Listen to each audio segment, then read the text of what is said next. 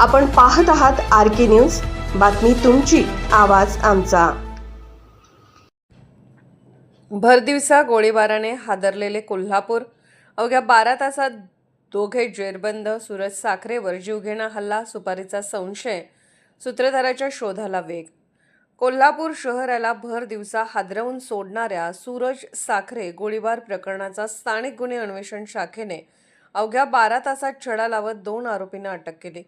रफिक उर्फ देवा पीरसाहेब मुल्ला वय 39 राहणार विक्रमनगर आणि शाहबाज राजू मुल्ला वय 23 राहणार मनेरमळा अशी अटक करण्यात आलेल्या आरोपींची नावे असून कसून चौकशीत त्यांनी गुन्ह्याची कबुली दिली आहे।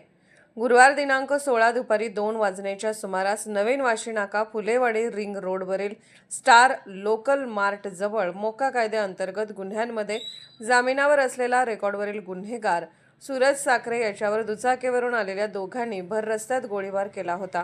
या हल्ल्यात साखरे गंभीर जखमी झाला असून त्याच्यावर खाजगी रुग्णालयात उपचार सुरू आहेत। भरदिवसा घडलेल्या या थरारक घटनेने शहरात भीतीचे वातावरण निर्माण झाले होते।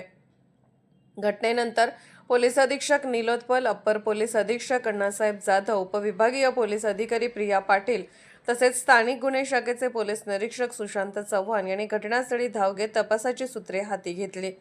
LCBची 2 विशेष पथके तयार करून CCTV फुटेज, तांत्रिक विश्लेषण, गोपनीय माहिती आणि संशयितांच्या हालचालींचा बारकाईने मागोवा घेण्यात आला।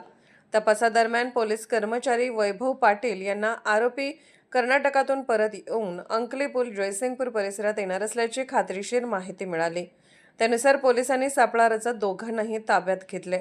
सुरुवातीला उडवाउडवीची उत्तरे देणाऱ्या आरोपींनी अखेर कसून चौकशीत सूरज साखरेवर जीवघेणा गोळीबार केल्याची कबुली दिली।